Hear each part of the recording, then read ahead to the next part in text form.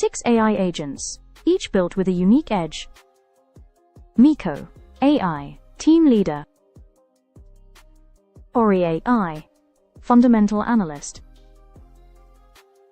XAU, AI, Technical Analyst. Mesa, AI, Risk Management Specialist. Fenwa, AI Market Sentiment Analyst. And Naledi AI, the cryptocurrency expert. Together, they're engineered to protect, guide, and transform your trading. The future of trading is here. Experience Zentrix AI. Okay, what's up, people? Welcome back to another stream. Hope everyone is doing good. As always, guys, if you're enjoying the content, enjoying the streams, enjoying the videos, make sure you do drop a like on the stream. It helps promote the channel more. Subscribe to the channel, hit the bell so you don't miss out on any streams or uploads in the future. And of course, share it with your friends. Does help promote the channel further as well. But hope everyone is doing well. Good morning, good morning. What's up, Rexis? Hope you're doing good, my man. As always, a bunch of markets to get through. USD is looking somewhat interesting. I've got some intraday moves I'm keeping a close eye on, as well as looking at what's going on in the yen pairs, because we've just seen a pretty intense move there, and that's definitely changed the plan on a couple of pairs, especially pound yen and dollar yen, which I had coming into the week. So we're going to revisit that very, very soon. But as always, guys, drop any requests, any trade ideas, any charts you want me to take a look at, and of course we will discuss and chat about what's going on, because not in trades at the moment, but I am eyeing up a few ideas, especially on pound USD as well. Hey, what's up, Rory? Hope you're doing good, my man. Welcome back. Good to see you. Appreciate it, Rexis. Drop a like, does really help out. Anywho, let's get to it. So we'll start with the dollar. So USD is still seeing some weakness since we have started the new week. Of course, if you look at the bigger picture, the market is pretty bearish. We are still seeing very much a bearish trend. However, we are slowing down. The trend is becoming a bit more corrective. If you compare this stage of the trend to this stage of the trend, you can see we're in different phases. This was a very aggressive, very impulsive trend. There was a lot of momentum, healthy trend. Now that, of course, has changed, has shifted, a bit more corrective, not really breaking through lows as well as we did previously. As you can see, we created a low, just about swept it, then recovered. And especially with this low, just about swept it and recovered pretty quickly. So there's a clear sign that dollar is weakening. Well, the trend is weakening. It has been weak, but the trend is weakening, and we could be looking at possibly a reversal / maybe a counter bullish trend that does form for a while. So that's kind of where the bullish bias has come from myself. And especially over the past few days, week or so, we have seen some upside and some bullish structure. However, the pullback we've seen over the past 2-3 days, starting from, I think, Thursday last week, so Thursday, Friday, Monday, and coming into Tuesday, hasn't been how I want it to be. It hasn't looked as healthy as I want it to be. Again, as I say all the time, when pullbacks happen, I do want them to be very corrective, a lot more corrective than the impulse leg. So if price was giving us a very strong up move, I do want to see price really slow, really corrective on the way back down, giving me that kind of zigzaggy price action. That shows that, okay, this is most likely going to be a pullback, most likely going to be a correction, and my plan is to buy the dips, excuse me, or of course wait for the breakouts. But then I can be confident that, okay, this bearish move is likely a correction for us to continue higher. So my bias is pretty straightforward. In this case, we have been pretty aggressive on the way down. It hasn't been anything crazy. I would still say this looks more corrective than this up move, but it's not perfect either. So intraday, I do think we can see a bit more downside for dollar, but I am still looking for the buys anywhere in this area. Technically speaking, dollar would have to take out that low for me to get rid of that bullish bias completely. So USD could do what it likes inside here, and potentially I might find my entry later on this week to take it higher. But intraday, there still might be a bit more downside to take advantage of the dollar. And by intraday, I mean like the 50-minute chart might still give you some shorting opportunities. You can see we are still looking pretty bearish for now, still putting lower lows and lower highs. We could very much still see another pullback and another short opportunity. So for the next 24 hours, you might still be able to catch a USD short idea. So maybe like a buy in pound or buy in euro, which we'll get into momentarily. But I do still see a bit more downside for USD until those buys are ready, because I don't think the buys are ready yet. That was the plan coming into the week, looking to buy the dollar, looking to sell pound, looking to sell euro, buy dollar CHF, which I quite like, and we will take a look in a moment. But that isn't ready. That bias is not ready yet. So I'm being patient with that. And maybe if I can, I might find some intraday opportunities to short the dollar before I do buy it maybe later on in the week. So that's very much my view, very much my plan with the USD for now. So take a look at Euro USD. So again, we've had a nice bounce of support recently. I am still looking to see if Euro can fall and put another lower high in. Basically anywhere within this area, we could form that lower high and come back to attack the lows and further potentially.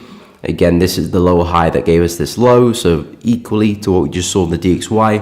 As long as price doesn't take out this high here, I'm still going to retain somewhat of a bearish bias. Of course, it will very much depend how we do operate and how we do move in these areas. But so far, I am still looking for this idea for Euro for us to return back to the lows and basically continue this bearish structure. Of course, the bigger play is still very much bullish. The bigger trend is still very much bullish. I'm looking for a small counter trend move for now. So yeah, Euro USD, the bias hasn't budged, still looking for the shorts. But again, when I do drop to the 4 hour, I do drop to the hourly chart, I'm not the biggest fan of looking to sell Euro just yet. I can see we're starting to become a bit more corrective, which is a good sign. But I do think Euro might have a bit more of a complex pullback, and then I find some shorts later in the week, and then I get the short I'm looking for, and that could take a couple of days. So being a bit more patient with Euro, and equally being very patient with a pound. So patient that I'm looking to see if I can take some buys before maybe I sell it later on. Particularly on the 15-minute chart, because I'm looking at the structure in the 15. This is a pretty nice uptrend at the moment. Yes, we have been pretty bearish over the past few days, but we have seen a very impressive recovery, and we have started to see some bullish structure come into play. Higher highs and higher lows in a very consistent manner here for pound, and I'm looking to see if I can catch the next higher low for the next high. I'm not looking for pound longs for a crazy move for a big swing idea. It's very intraday what I'm looking at, and the setup I'm eyeing is a pullback into this zone, because again, that's where we had our last kind of pullback before we had this consolidation, and we did rip to the upside moderately well with some healthy momentum. And I quite like how we shaped up. We've got this low just hovering above that area. It would be very nice to see if pound can have one more drive back into this zone, tap into that, take out this low, and then that's where I look to find my entries. That's where I look to put an entry, put a stop loss below, and see if I can take it back to highs. And that's all I'm looking for pound USD. I'm not looking for anything more than that, because my bias is still bearish on the 4 hour chart, on the daily. Still very much looking for more downside in this area. All I'm looking to do is if I can find a short-term buy, take it back to resistance, and then maybe sell it towards the end of the week. So that's all I'm looking for on pound USD, and that bias kind of is derived from the same analysis more or less on the DXY as well, looking for a bit more downside on the dollar for some buys very, very soon. And that was the plan coming into the week, just looking to really buy the dollar and sell pound. But I can see, judging the price action, that move isn't quite ready yet. And then when I do drop to the 15-minute time frame, the intraday time frames, I can see some buy opportunities in the short term. So I'm going to see if I can get that. I'm still asking a lot from the market. I do need to see a push down into 1.341, almost 1.34 if I'm going to find some entries. Very much pound could just rally and go and take out the highs from here. If that's the case, I'm not really interested in buying pound USD. At current price, we're close to resistance. The market's a little bit choppy here, so I don't really see much value in the buys right now. But should we make a move back to the lows here, tap into that zone, take out these lows, reject well wicks, bullish engulfing candles, I do think we can find some really nice entries, some really nice stops, and targets back at the high and still walk away for decent return. So that's kind of my take for pound and kind of what I'm looking at for USD for now. Dollar CAD still at an interesting price, still failing the highs here. Again, we don't really know what's going to happen with the USD. So if USD is going to be weak, we could really see dollar CAD drop here. I'm still having a bullish bias on the dollar for now, and that's really the main reason why I have not found any entries or not taken any entries with dollar CAD, because we are positioned very well. I did actually really like this on the 8-hour chart. Really nice close, a lot of wicks to the upside, and we have come back into a very key area of supply, and price just tapped into that. And I'm looking to see if we can at least have a reaction, which so far we are doing. And I do think price is probably going to make a move back into that low, or that high, I should say. Maybe here. Dollar will need to really start to tank if we're going to get there. But I can see price doing something like this. And if USD strength does kick in, then we could see price very much continue. So that's kind of my take on dollar CAD for now. And if I go take a look at Aussie dollar, so Aussie dollar has been interesting because Aussie has been quite strong. So yeah, I did say I was looking for some shorts coming into the week, but looking at this price action, that has definitely made it a little bit difficult because, yeah, I'm still looking to short it, but this pullback is not how I want it to shape up at all. Very, very aggressive. We had a really aggressive wick this morning as well. Not even this morning. That was a couple of hours ago.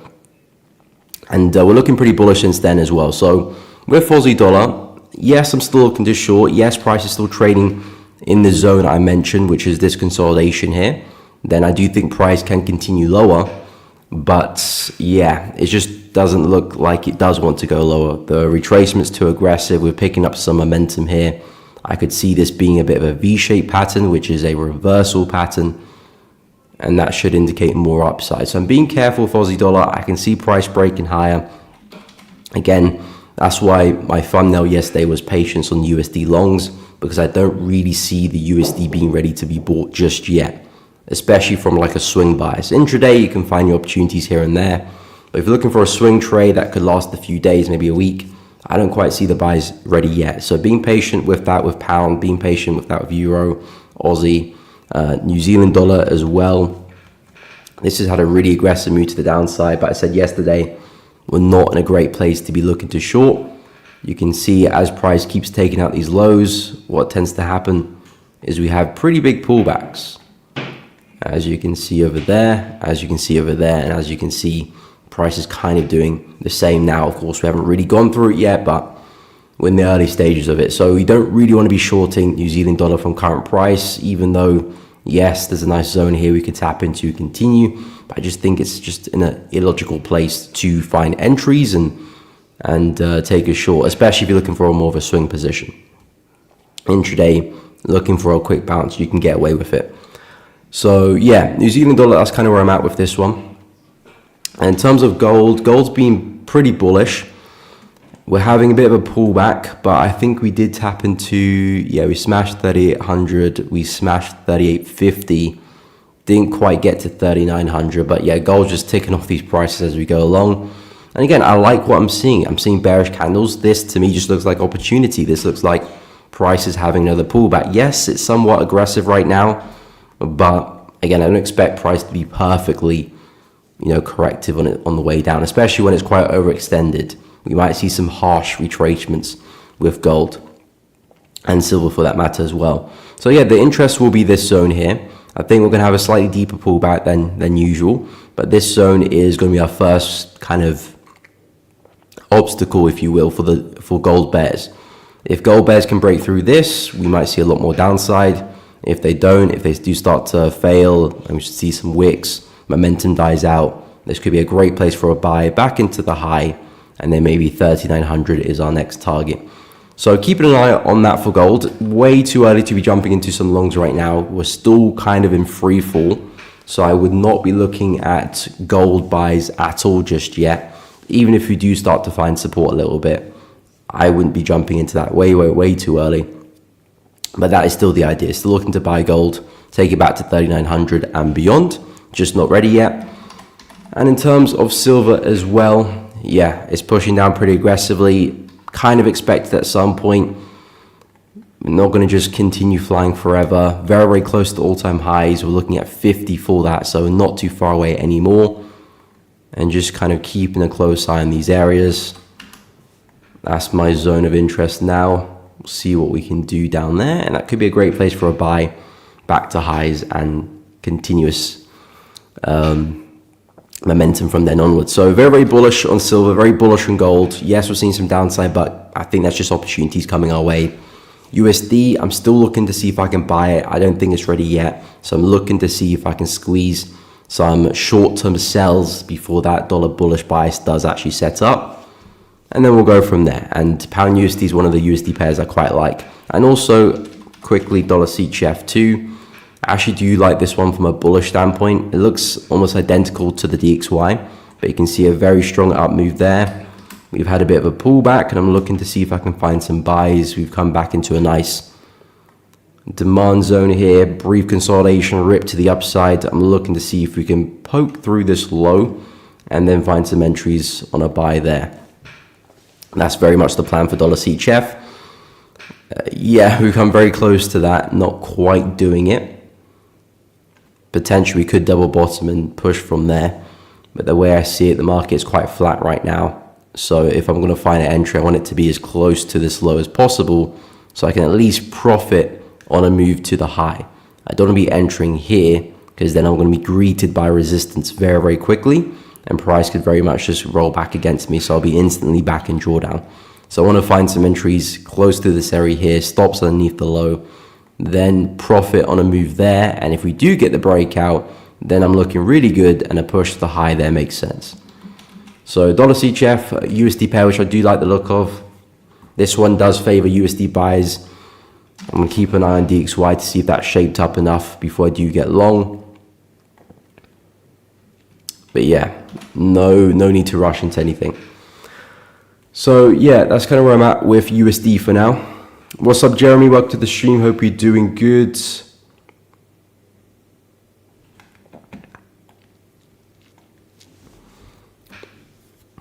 Hey, what's up, Bashi, my man? Welcome to the stream. Hope you're well.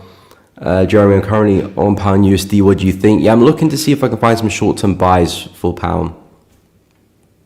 Again, it's more of intraday bias. I am still looking for longs in USD throughout the week, but it just doesn't look quite ready yet. So I'm looking to see if I can find some short-term opportunities before we do continue that bullish bias on the dollar itself. Bashi, Jacob Mike, yeah, there is a bit of an echo today. Apologies, because I'm moving some furniture around, so it's a bit bare in the room, and it's quite a big room as well. So my voice is just kind of bouncing off the wall. So I do apologize for that, guys. I'm pretty sure I'm using the correct mic. Yeah, I am. It's just, yeah, my voice is bouncing off the wall, so I do apologize for that.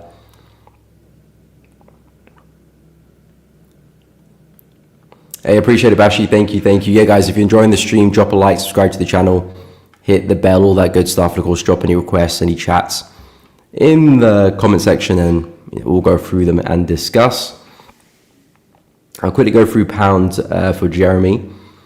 Okay, no worries, Bashi. Take care, my man. Busy one today. Okay, no problem. Yeah, price action comes and goes, my man. On the bright side, the audio is loud. Good, at least you can hear me.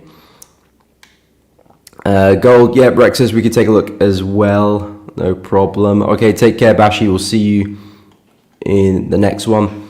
Okay, so we'll go through pound quickly, then I'll go through the platform, then we'll take a look at some other pairs in a bit more detail. Of course, any requests, put it in the chat and we shall take a look. But yeah, for pound USD, as I mentioned, I am looking for some short-term buys.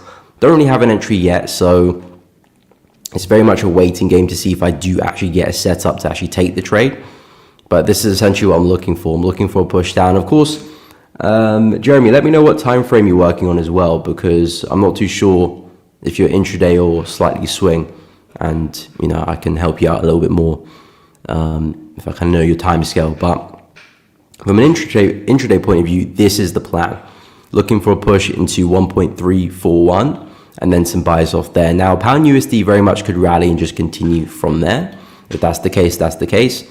But I'm looking to see if we can have one more push down, back into this low, back into this demand zone, and then buy off that. That's really very much the plan. And all I'm looking to do is see if I can continue this momentum that we've seen since last Thursday. So nothing drastic. I do think the bigger move for pound is a push down. Of course, we've been very, very bearish over the past few days. And now that we've pulled back into this area, I do think eventually price is going to run out of steam and eventually put a lower high in and continue lower. So that is still very much my bias. I'm still looking for the dollar to do the opposite, which is put a higher low in here and then push back up. So that's still very much the plan. But I'm looking to see if I can find some intraday buys in the meantime. And at the moment, price is nowhere near actually giving an entry. So yeah, it's just a patient one. We might see it happen. It does look like price is really struggling here, so I can see a world where we do push down. This could maybe set up New York session. We'll wait and see, but that's very much my idea for pound USD. And also, guys, if you haven't checked out the Perks platform, make sure you go do that. I have linked it in the chat. I'm pretty sure I've pinned it at the chat, but again, we're still running competition on the platform. It's free to enter, just a bit of fun to get used to the platform and trading with the platform as well. There will be cash prizes for the best performing traders during the competition. At the moment, there's a bunch of different cryptocurrencies you can trade. There will be FX, commodities, indices, other markets added to the platform very, very soon. You will need either an Ethereum or Solana wallet to connect to the platform and trade with, but very easy to set up. And once you do, you can connect your wallet directly to the platform. You can use your email as well, but I would recommend to go get a Solana or Ethereum wallet, and you can connect and trade live or trade demo. Very, very quick withdrawals. You don't have to worry about restrictions and waiting periods. Pretty much instantly as you close your trades, you can withdraw your profit very, very quickly. So if you haven't checked out the platform, go do so. I'll drop the link to the form in the chat. So if you are interested in participating in the competition, again, just a bit of fun, you can drop your email in that form and you shall be entered, and more information regarding the competition as well will be relayed to you guys soon as well. So check it out if you're interested. I do have a video on my channel going through the platform and how to use it as well. So check that video out if you are interested too. Okay, so I'll quickly go through gold for Rexis. Rory, if USD goes below the second last candle on our chart, is that a place to enter short back towards support? Okay, we'll go take a look at that. Let me just go through gold quickly. So yeah, as I mentioned for gold, I just really like the buy still. The market is still very, very bullish. If I kind of just look at the overall direction, there's only one thing to do with this type of market, which is to buy. It's an aggressive uptrend. Not every trend is worth following, but in this case it is. So gold, the plan is to look for buys. We're pulling back into this zone. The idea is just to look for opportunities where, okay, we're seeing support form, we're seeing price, put in price action that looks like a higher low might be forming, and that's where we're finding our entries. At the moment, gold for me is just in free fall. We've put a top in around 38.70, and the market has just been falling since then, and we could still fall further as well. So just keep it an eye to see how price reacts with this area between 37.90 and 37.30, seeing how we react with that area, and then looking for some buys. And if things go very well, we're looking to take it back to highs and further. This is still a bullish market. I don't see much reasoning for us to not target the highs and be a bit more aggressive with the buys with this scenario. So very bullish in gold. It's in free fall at the moment, so not a lot to take, not a lot to analyze really, because for all I know, price could just absolutely blitz straight through that zone as well. It really depends how we react at that level, and that's really where the analysis and the attention to detail comes from. At the moment, it's just kind of waiting for price to get there, but yeah, the plan is still looking to buy gold and still looking to see if we can take it back to prior highs and further as well. And take a look at Euro USD. So you mentioned the hourly chart, the second last candle. So are you talking about this candle or this candle? I assume you're talking about this one. Are you talking about a bearish engulfing candle? Enter a short back to support. It's not a bad area actually. And back to support, would you be referring to kind of this area here where price is bouncing? If the current red one goes below the big green one. Okay, yeah.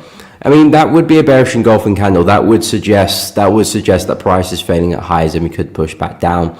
And a push back to this support level, if that's the support you're referring to, that would make sense. That would make sense. You're not asking too much from the market. We've rejected high as well. Yeah, I wouldn't look for anything further than that, though. I wouldn't be talking about this support level, though. If that's the support level you're referring to, there's not enough indication, there's not enough price action to necessarily say that we're about to fall that far. Okay, that support too, yeah, that makes sense, yeah. If you're talking about this level, that makes sense. That's a worthy bet to take. You know, if price was to engulf it, momentum shifting back with the bears, stops above the high, and targets back at the low, that makes sense. This area a little bit more kind of bold for that prediction. A lot could go wrong in between price trading from here to there. But to that support level, pretty reasonable. Yeah, that's a worthy expectation. So I wouldn't have much to say about that, to be honest. And momentum for the past few days has been pretty bearish as well. So you do kind of have that to your advantage. So yeah, I do like the idea, Rory. It does look good. Not asking too much from the market, because that's what some people do. Yeah, that's what some people do get mixed up with is, okay, they find a nice entry, a nice area for an entry as well. You're back at resistance, bearish engulfing candle, but then they have their targets kind of like all the way down here, where it's like, okay, you know, a bearish engulfing candle only necessarily predicts the next 2 or 3 candles, really. The idea with a bearish engulfing candle is that, okay, we've seen a lot of momentum going up, then suddenly momentum shifted back down again, and it's engulfed the prior bullish candle. So it tells you that the momentum from the bulls has kind of died out and bears are stepping in. So you're now expecting price to push down. But it doesn't necessarily mean that we're going to push all the way down here. You know, it's just kind of giving you the reaction for the moment. And with a target back at this support level, it's pretty reasonable, and you're not looking for too much from the market. A lot of people have some really big targets and then confuse why price does eventually turn around. Well, it's because you didn't really have much incentive to believe that price was going to go that far to begin with. There's nothing wrong with having big targets, but be prepared to cut the trade if things are not going to plan. But yeah, I do like the idea on Euro USD. So in terms of some of the markets which I've been looking at, well, coming into the week, I was very, very bullish on dollar yen, but price has completely done a 180. And yeah, I'm pretty bearish now. So I'm being a bit more patient with dollar yen, but essentially we had a big consolidation. And the reason why I was bullish coming into the week was because we had a really big breakout over here. So the plan was, okay, price is broken quite clearly through resistance here, and we're probably going to push back into this level up there at 150.754. So the plan was, okay, we've got the breakout. Now I'm looking for pullbacks to that next level. That was very much the plan coming into the week. But of course, since Monday's happened, since momentum shifted again back to the bears here, we've seen really aggressive bearish momentum, and now we're back below this area, we're back below the level we broke out. So the whole idea I had about looking for buys and looking for price to continue higher is completely invalidated, because it was based on the breakout, and now we don't have the breakout anymore. So the idea has completely been invalidated. And what I'm looking at as this is kind of like a massive bull trap, big breakout, a lot of momentum, probably sucking in a lot of buyers to that. And now you probably would have a lot of buyers trapped on the wrong side of the market here, seeing a lot of momentum, a lot of instinctive people buying into that. Now price has flipped.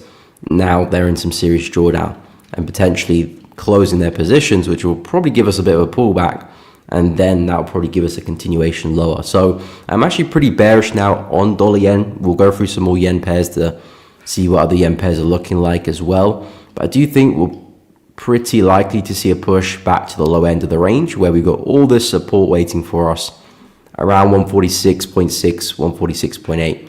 That's where I do see price heading towards now. So the plan for dollar yen would be a pullback into this kind of area.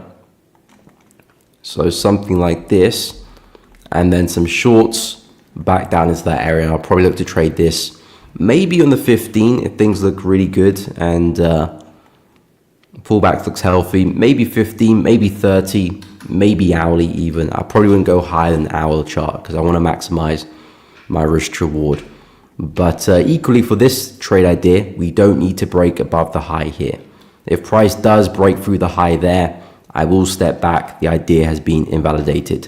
But what I can see right now for dollar yen is a massive fake out. Now I'm looking at the correction of that and then the continuation. And that's my trade idea for the remainder of the week, which is of course me pivoting on my bias I had at the beginning of the week and now becoming bearish. So again, that's a big part of trading as well, being able to change, because as a trader, you're not necessarily a predictor. No problem, Rory, happy to help. You're not a predictor, you're more so of a reactor, and you know, two very, very different things. Predictor is more like an analyst who will kind of, forecast where the market could go. The market might move 100 pips against them, but eventually get to their target. As a trader, you're trying to set up risk and trying to set up probability, because if the market does go 100 pips against you before it gets to your target, well, it's probably going to stop you out your position and you're going to lose money. So you need to be concerned about that side of things as well. And since things have changed, I have definitely pivoted that bias. And now I'm looking to see if we can get pushed back into 146.5, 146.750, we'll call it. So that's the idea with dollar yen. Pound yen's being very bearish as well. I was pretty bullish on this one coming into the week, looking to see if we can push back to the high. That did not play out at all, especially with the close on Monday morning. I think that was just before I started streaming yesterday. Really aggressive bearish close, and that's changed everything really. So after we had that close, I backed away, and then throughout the day we didn't see much price action. But again, this morning, another big bearish candle breaking lows there as well. So I wouldn't be looking to short pound yen yet. I still do think it's a bit too early. I am still seeing an uptrend, but I can see that price is failing at highs here to our left. You know, this is a pretty big level of resistance, and price does look like it's failing. So this could start to set up a nice bearish trend, which I then do look to short somewhere, find a pullback, and then we could see a lot of downside. So there could be some very nice shorts for pound yen coming up. There could be. I still think it's just a little bit too early to jump into anything, especially if you're looking at intraday opportunities. You know, from a 4-hour perspective, this was our prior high-ish over there. This was our low. Then price creates a new high over there. We still technically can find support in this area and start to push back up again. So I'm not going to rush into the shorts. I'm not going to rush into the buys either. I just think pound yen is quite choppy and quite messy right now. I like the momentum we had going into the week. It was a bit corrective, but we were picking up the pace. If that continued, I would have looked for some buys somewhere and take it back to the highs. But unfortunately, not quite the case, and not quite the opportunity that's set up. So pound yen for now, stepping back, just giving it some room and seeing how we do develop. Dollar yen, I'm very bearish on that one, so looking to short. Some of the other yen pairs, of course, bleeding a little bit too. Euro yen, very corrective on the way up. We've finally seen some downside here with this one as well. You can see very tightly knit on the way up. We've just smashed through that, now looking pretty bearish. I'm pretty sure Swiss yen is doing something similar as well. Yep, look at that. Very bullish on the way up. We've broken through that as well. I think Aussie yen is doing that to a degree. Not really, actually. This one's more flat, but definitely not bullish either. And New Zealand yen has been falling actually for quite a while because NZD has been very, very weak. So that has been already falling. What's up, Yoshi? Good morning, my man. I hope you're doing good. So yeah, it just the buys on the yen has not formalized at all. So definitely being very, very patient with that as well. No need to jump into anything. There's one thing having a bias and one thing actually having a trade to trade that bias. Because if you do have a bias, okay, I expect pound yen to do this. Sometimes you will fall into the trap of just taking trades that line with that bias just because you don't want to miss out on the move, when that is a very dangerous game to play. At the end of the day, you want to take good opportunities. Doesn't matter if you think price is going to do certain behavior, there's no good opportunity to actually take advantage of that. And yeah, that's kind of the situation I found myself in with a lot of the yen pairs, because I've been pretty bullish on them. So I've been looking for opportunities to try and buy them, but just no opportunity has presented. So I've stayed away, and it does look like that bias is slowly changing. And yeah, especially with dollar yen, I do have a short bias. And I think USD weakness has definitely helped that one out too. So at the moment, I'm going to keep a close eye on dollar CHF, because I still quite fancy the buys here, but I have to be careful because, of course, buying dollar CHF is going to be dependent on seeing some strength on the USD, which we're not quite seeing yet. But intraday, if I can find some pound USD longs, that will be a great opportunity as well. It does look like pound USD is starting to tire a little bit, and we could be seeing price bounce at these lows pretty well. So yeah, I'm kind of hoping that we kind of just run out of steam and then have like a really aggressive sell-off, and then I take some buys. That could be later this afternoon, could even be tomorrow morning as well. But if price does just find support and rallies here, then I don't really see much of an opportunity anyway, so I'll let pound USD do its thing.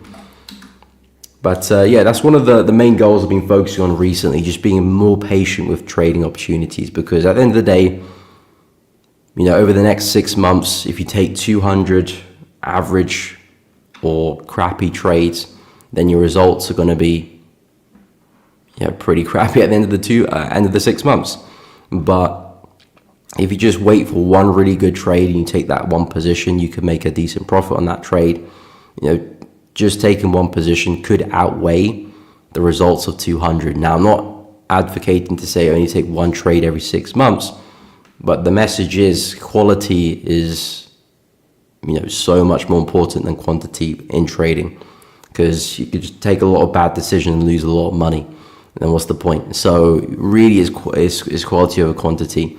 If you're on the beginning phase of your trading journey, then I actually would argue the opposite. I actually would say quantity is more important than quality, because you want to learn. Because in the beginning, you don't really know what quality is. You don't necessarily have the experience to identify that. So you want to actually have a lot of quantity so you can start to actually analyze your trades and see, okay, well, this is working a lot. This isn't working a lot. I can actually start to see what actually quality is. Because quality isn't necessarily just finding out a strategy and having set rules for a strategy. That isn't quality. That's just your plan. In terms of quality, is knowing what actually looks good within that plan.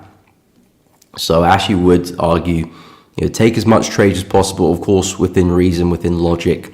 But a lot of your learning is just looking back over your trades, seeing what's performing well, seeing what's not performing well, trying new things, getting burnt a few times. Of course, use demo accounts so you don't blow your savings or anything like that. And then you go from there. But once you get some experience, you know what you're doing with your strategy, then you need to scale that back and focus more on quality and application of a strategy.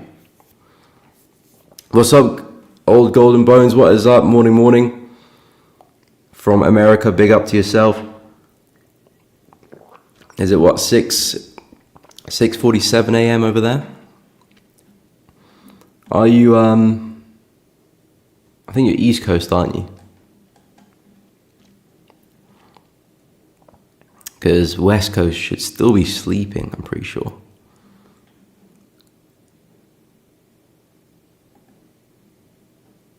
Unless you just got a crazy sleep pattern. But yeah, I hope you are doing well. I don't really have too many pairs on the watch list at the moment.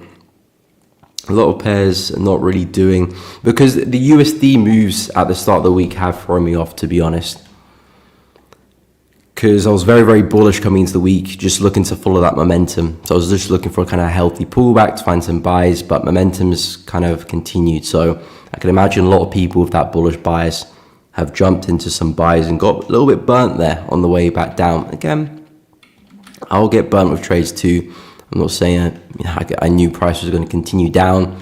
All I said yesterday was prices doesn't look ready, so that's why I'm going to kind of stay away from dollar for now. I could have been very wrong. Price could have rallied to the highs and left me behind. That would have been a situation I had to deal with. But we have pushed a little bit further down, so now I'm just going to wait to see how we do trade in these areas. I'm still not in love with the price action, to be honest. Yes, I still do have a bullish bias. Still looking to try and find that momentum there. Yeah, it just doesn't look quite ready yet. I'm seeing a lot of bearish momentum. Price still taking out lows well. I'm not seeing much strength with the buys. So I do think intraday, yes, we might see a bit of a pop, but I can very much see us pushing back into resistance and coming back down. And that's just not something I want to get involved in just yet. Because if I'm looking for a buy for dollar, it's with the intention that we're coming back here, not just like a small intraday move. So yeah, not quite seeing the opportunities just yet. And a lot of the opportunities I had this week were kind of derived around USD strength. So dollar yen longs, euro shorts, pound shorts, Aussie shorts. Those are really my focus coming to the week. Dollar CHF shorts as well. So it's a bit awkward right now. Okay, 5:47 a.m. Nice and early, man. But glad you can make it to the stream even at early hours. What's up, Yusuf? Good morning, my man. I hope you're doing good. I'm doing good as always. Thank you.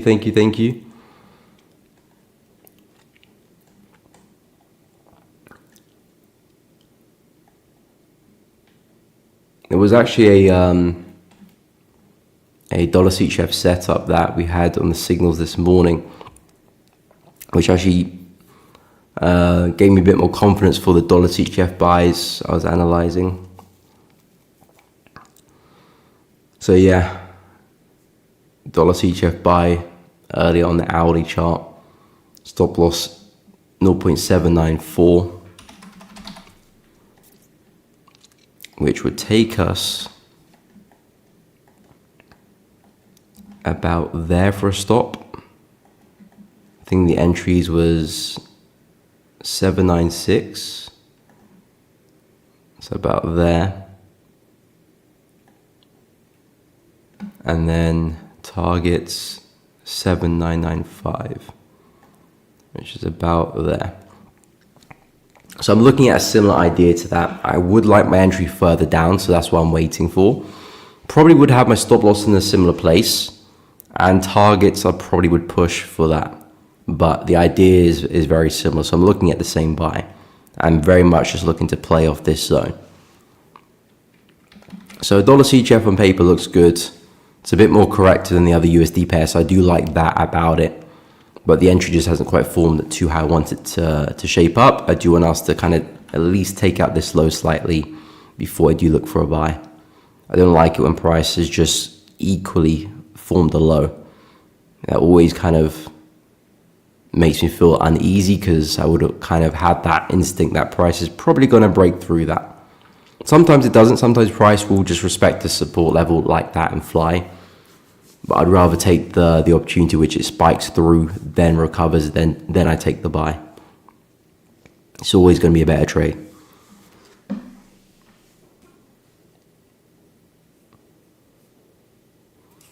Yusuf, okay, yep, force on GJ and Aussie CAD, we can take a look.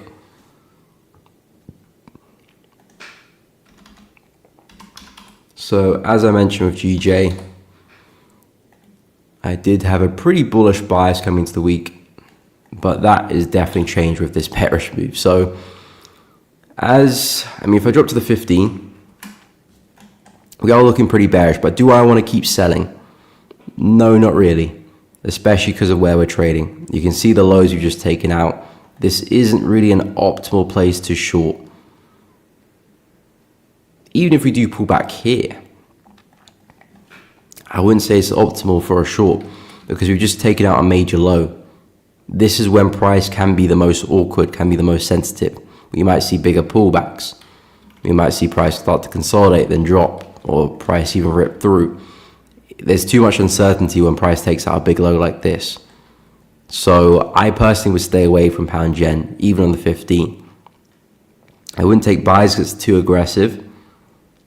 And I wouldn't take sells because of the location. So really, I don't see much of an opportunity. Yes, you might catch a bit of a bounce if we do come back into this area, especially if it's like a nice corrective pullback. But equally, I could see us doing something like that. Maybe a slight push down, then we recover, and then have a much bigger move higher up. So I wouldn't be so keen with any opportunities right now with pound yen, to be honest, on the 15.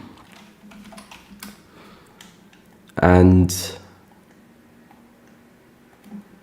especially from a swing bias, this is still a very important support level down here, which if price does respect, I still will like the idea of some type of bullish bias.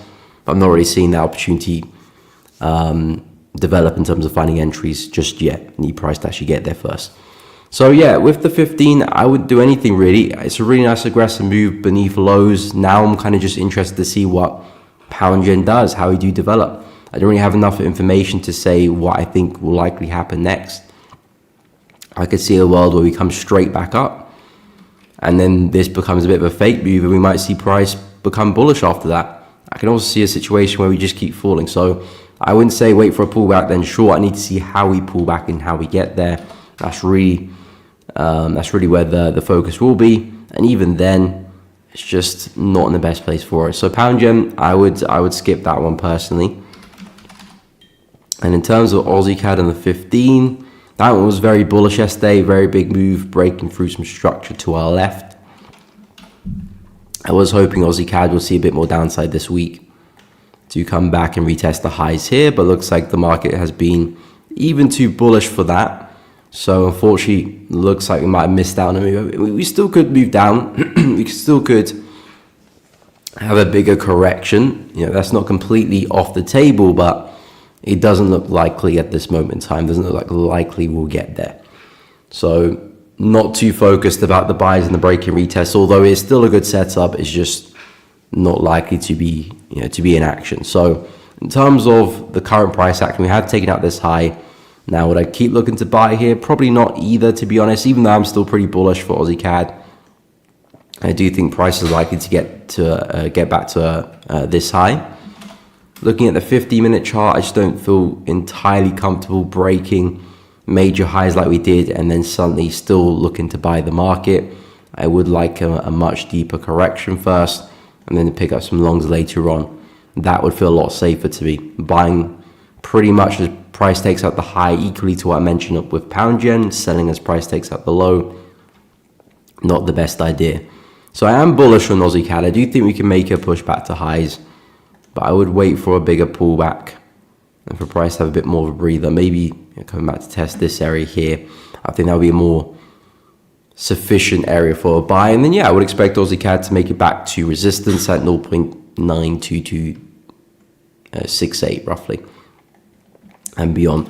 But long term, I am actually still looking for a push back to the highs here for Aussie CAD, which is why I really like the buys from a swing perspective, because it's an idea which I can hold on to and potentially carry that trade for the next 2-3 weeks if things go very well. And that's why I also like to see if I can get a buy from here, because I'll be well positioned for it and really take advantage of that idea. But yeah, I'm going to have to be patient now. So yeah, I'm not really liking the price action, Yusuf. Again, I'm not really seeing great opportunities at the moment. GU is probably something I like the best, and $CHF as well. But even those two markets are not necessarily at my area just yet. But 50-minute chart, I don't have much to say here. I don't really see much of an opportunity either. Let me know if you're looking for something on the 15 for either of those pairs, Yusuf, because personally I don't see much. And pound USD, still struggling there. We might see that happen. We might see a move back into that low.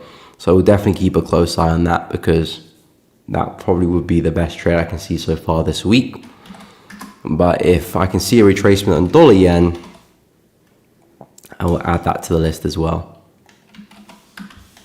Maybe not the 50, maybe more so hourly chart back into this area, then some shorts from that zone.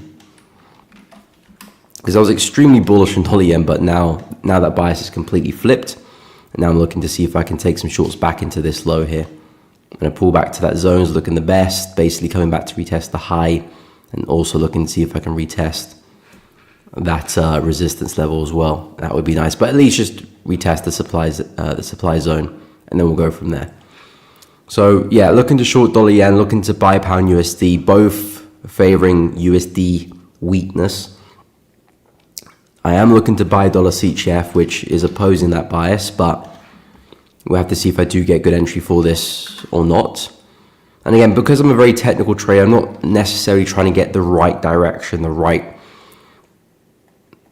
necessarily trying to predict what the market's going to do next. I'm also just trying to take a good trade based on technicals, based on how price is positioned, based on the context of the market, based on the environment we're in. I'm just trying to take a good trade in those principles, and I know if I do that, well, probability is in my favor anyway.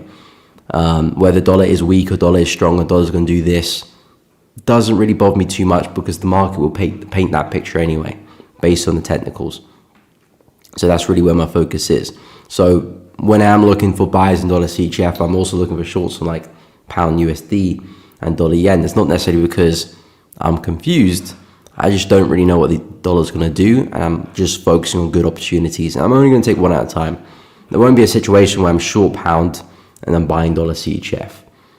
If there is a situation when that occurs, because I managed to take a trade and get one of them to break even before I took the second one. And that allows me to take the second position because there's no risk on the table. So that's the only time I'll be like in opposing directions. But I wouldn't just short dollar CHF and then buy pound, for example. Hey, what's up, Ryan? I hope you are doing good. Welcome to the stream. I've been doing good, my man. I've been doing good. Hope you're well as well.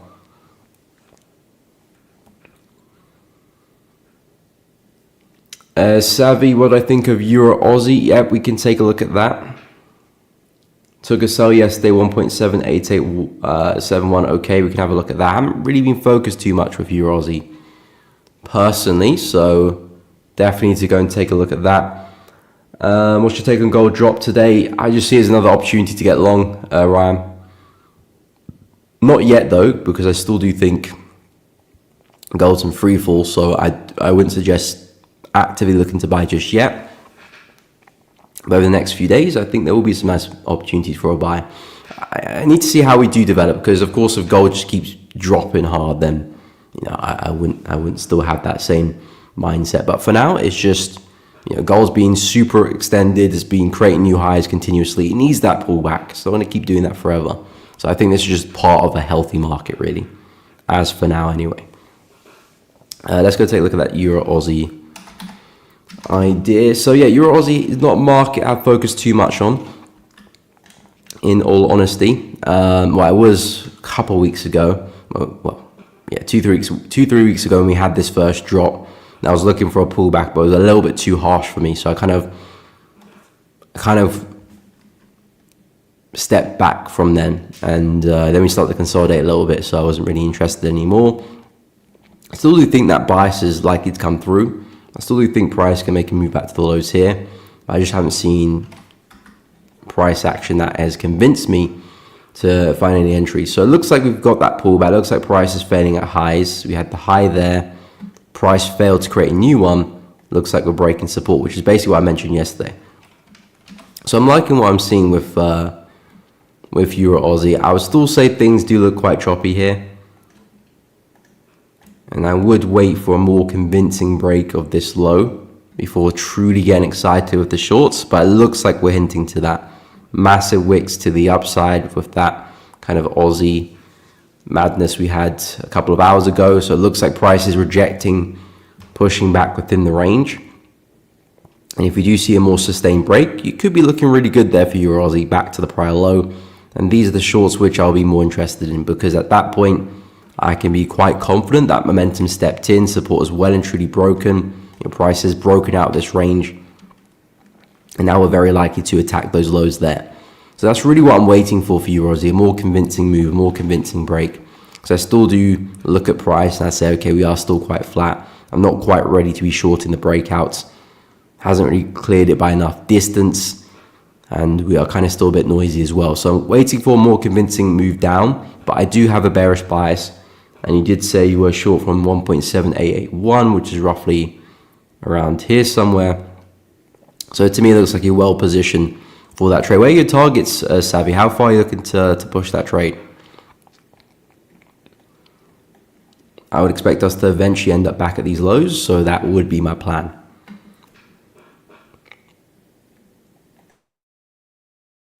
But yeah, I would say I'm pretty bearish on Euro Aussie. By the way, guys, if you're enjoying the stream, please be sure to drop a like and subscribe. It does really help out. Hit the bell too so you don't miss out on any streams or uploads in the future. And it really does help out, so I do appreciate it. We'll quickly go through gold. What's up, Rufine? Welcome to the stream. Hope you're doing good. Doctor. Okay, I think dollar CHF long is the right and strong bias. Yeah, I'm eyeing up dollar CHF longs. I don't see it quite ready yet, at least according to my rules and my plan. So I'm still waiting for an entry to back that up, but that is the bias I'm looking to play. That is the bias I'm looking to play with dollar CHF. Yes, we shall take a look at pound CAD as well. And pound Aussie, okay.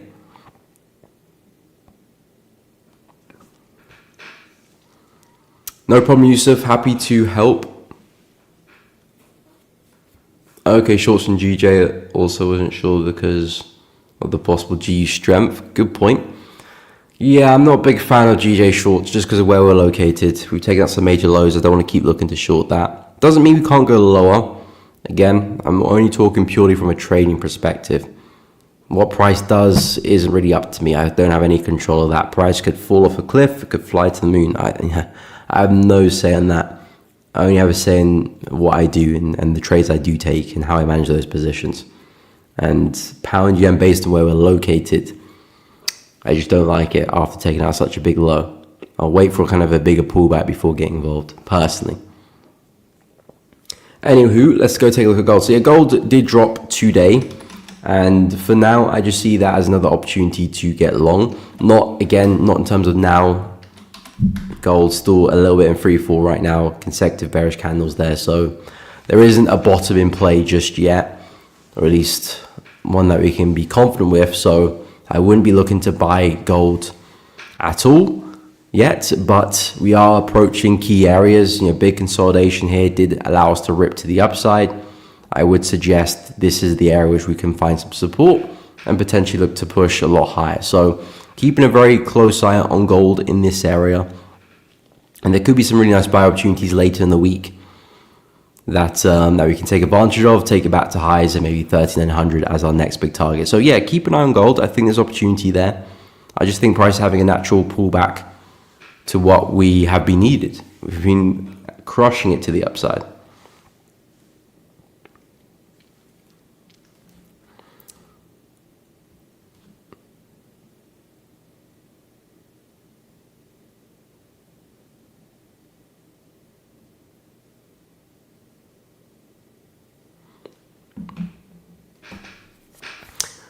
Okay, so we'll go through pound CAD and then we'll take a look at pound Aussie next. Okay, target to the same low, Savvy. Yeah, I agree. I think you're looking good. But yeah, I would say just keep an eye on that break, because yes, we have broken support, but it's kind of like we've broken it, not that convincingly. I could see price closing back above. If we can get more convincing break of that low, then yeah, I think those lows look pretty likely to be met. Yusuf, gold 15. Okay, I might as well take a look at that since I'm on gold right now. But yeah, we'll go through pound CAD and pound Aussie. And of course, if there's any other requests, drop in the chat, or if I've missed the pair, I'm sure you guys will let me know.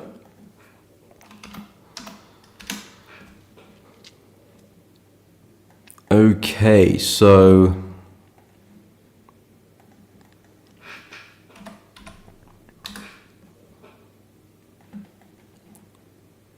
yeah, I mean, gold on the 15 isn't really giving us much information either.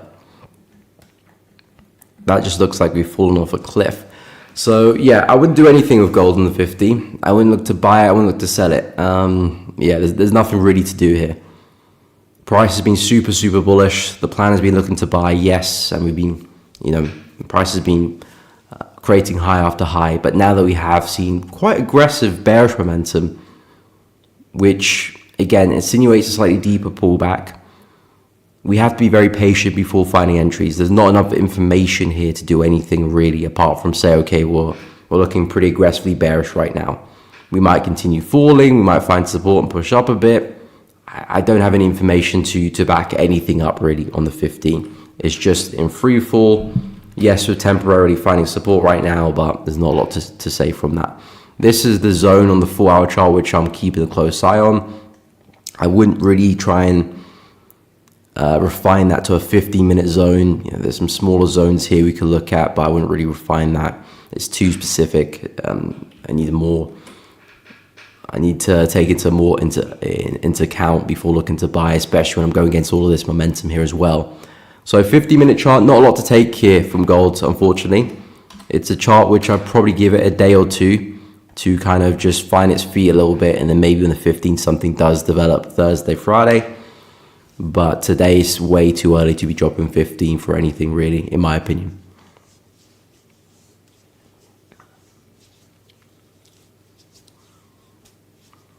Okay, so we'll go through pound CAD and take a look at pound Aussie next as well.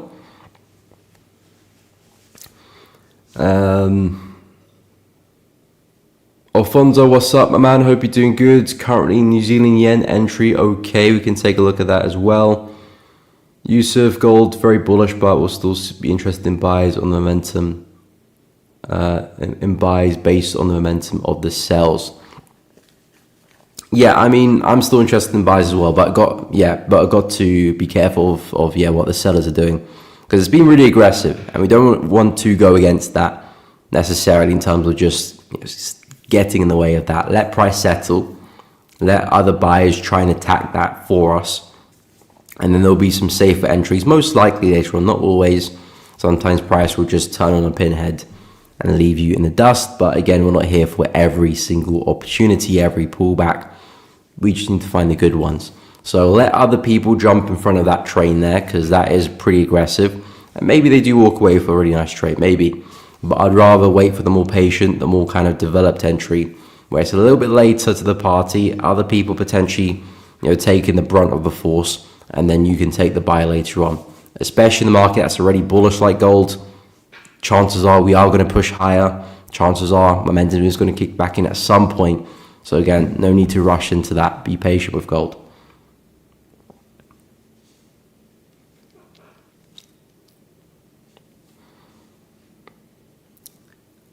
Okay, so let's go take a look at pound CAD and pound Aussie. So pound CAD, again, I don't really see much of an opportunity with this one, to be honest. I do look at the market and I do say it's very, very flat. So you got equal highs over there, you got equal lows mostly in this area. So the market's just been all over the place and not really doing too much. So I don't really see much of an opportunity to trade this one. Maybe shorts at the high, yeah, sure. I don't think it's any particularly impressive in terms of the opportunity. I did say yesterday that if we can break this low, recover, I do think that could be a nice place for a buy, because we have been pretty continuous with these higher lows. 1, 2, could be finding a third one. You could also maybe chalk this higher low into play as well. So you have been pretty consistent there. So essentially what price is doing is squeezing between resistance and this kind of slanted trend line. So we're kind of squeezing here. Maybe we're getting ready for a break high, maybe price is getting ready for a break lower. We'll see as things develop, but I do like this opportunity here for pound CAD. It's not particularly great because the conditions are very noisy and flat, so it's not an opportunity which I'll be completely excited to take. And if I can find this opportunity in a slightly more trending environment, I'll be more inclined to trade it there. But if you're looking for pound CAD buys, this is the only place for now which would make sense. Other place would be waiting for a big breakout and then some pullbacks afterwards, but that probably will take, didn't mean to do that. Hopefully didn't blind anyone there, but that will take some time. So for now, this is the only opportunity that makes sense. And again, I'm not really interested with the sells for now either. And in terms of pound Aussie, that one looks like it's slowly picking up to the downside. I said I wasn't really keen with the sells because it looked at one point price was just kind of consolidating. So I did say yesterday that last week, that if price does break to the upside more convincingly here, I will actually look for some buys on the daily chart and look for a swing trade back into resistance back up to this area here. So I'm pretty bullish with pound Aussie. That's the area which I'm looking to attack, but we do need to see a very considerable bullish candle close to tell me momentum is picking up with the buyers. At the moment, it's a bit flat. And if you do see a break to the downside, well, maybe we are going to sell off after all. And if that's the case, I do think we can come back to this area here. So I'm pretty neutral for pound Aussie, because if price breaks up, I'm bullish. If price breaks down, I'm bearish. So I'm not necessarily trying to predict that. Yes, we're hinting at a bearish bias right now, but the day is still young. I wouldn't be too surprised if this does pull back and leaves a big wick there on the daily chart. So again, I'm not going to necessarily jump into any conclusions. I'm waiting for a much more convincing break before I do start to say, okay, I am bearish or I am bullish. Then yeah, pullbacks back down to the big psychological level of 2.000. That would be where my next big destination for the shorts on pound Aussie would be. So wait for a more convincing break, then looking for some shorts to pull back into that zone, and then we can attack the lows. And that's really the play, that's really the plan I have for pound Aussie for now. So we'll see what we do with the breakout. If we do break to the opposite direction, we'll switch that bias very, very quickly. But until maybe I get a solid daily close, I'm not gonna make any hasty judgments too soon.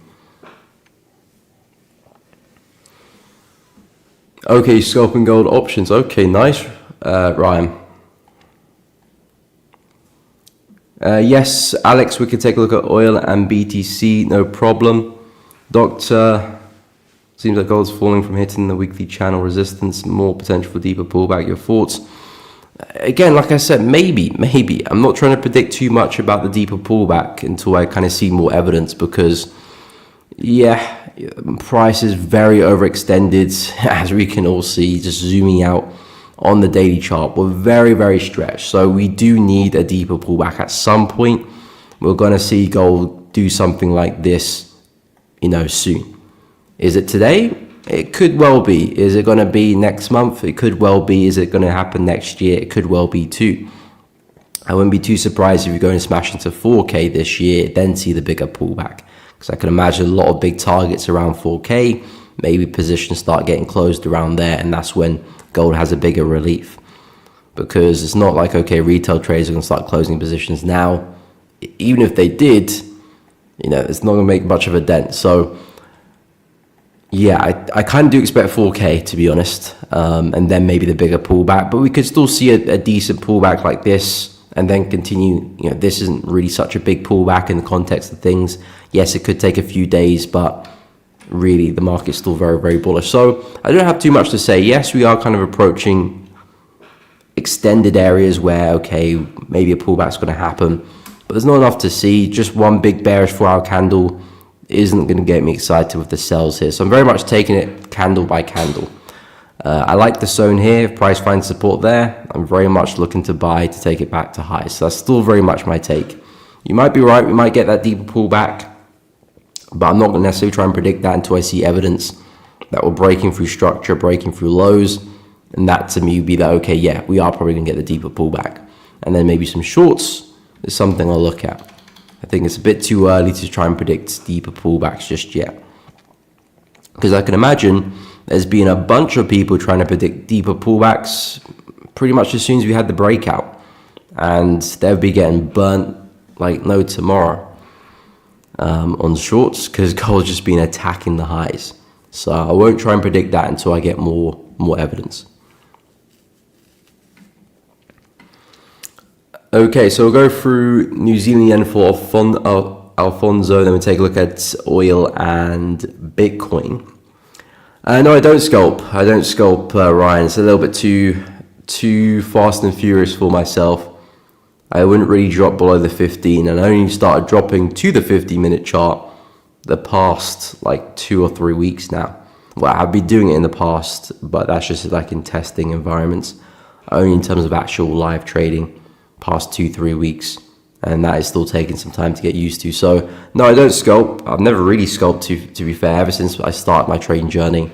I was on like the 15-30 minute time frames, and then I started working on the hourly, then I started working on the 4 hour, a bit on the daily, then I settled on the 4 hour, and then I'm starting to add a bit more of the 50-minute chart to my game. I like swing trade. I like holding trades with a swing bias.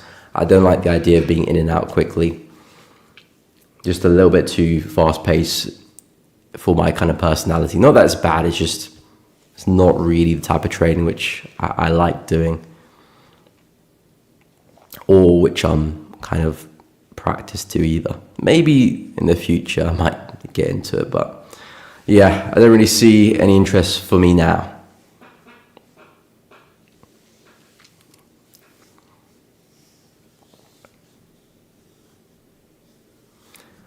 Bias on the DXY for Alpha. Okay, let me go through New Zealand yen.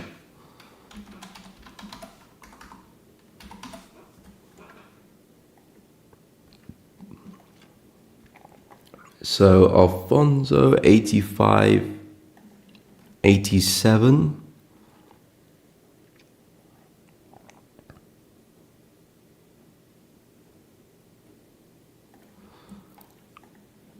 $86.15. Okay, I should probably drop a little bit lower.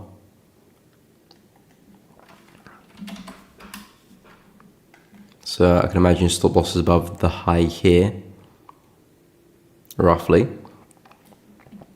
And targets 85.59. About there. Not too shabby. I don't mind this one. Basically looking for price to return to support. And since we're very, very close to doing that, it looks likely. So yeah, you're looking pretty good there, Fonzo. You're looking pretty good, I can't lie. There's been a lot of bearish momentum in the market, and you're looking just to see if you could snipe a little bit more of that as we do reach lows. Because I would expect New Zealand yen to take out this low. I don't think we'll get here and just bounce and reverse. We might bounce, sure, but I do think we're likely to take out that low. So I do have an incentive to expect more downside from New Zealand yen. We've just seen the yen gain a lot of strength as well, so that's kind of the theme right now. A lot of yen strength. NZD has been particularly weak for some time, and you're not looking for anything aggressive. Yes, you are selling a little bit short for my liking, a little bit short, a little bit further down for my liking. But there is a lot of momentum in the market, and you're not necessarily trading into anything critical. And price, it's not far away from you to take profit either. So, yeah, I don't mind it. I don't mind it at all. I like it. Just taking advantage of the current momentum into support, and then you're done. I like the idea. In terms of probability, we are pretty likely to see a push there anyway. So, looking pretty good there, Alfonso, on that New Zealand yen position.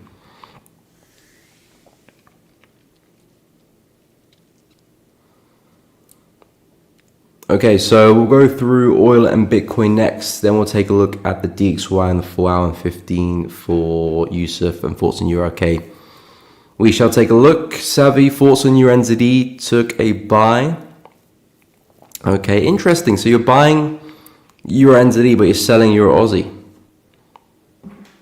I mean, I imagine your Euro Aussie is probably break even or risk is off the table, so it doesn't really matter. But one of those trades is probably going to do its job and the other one's not, because of their inverse correlation.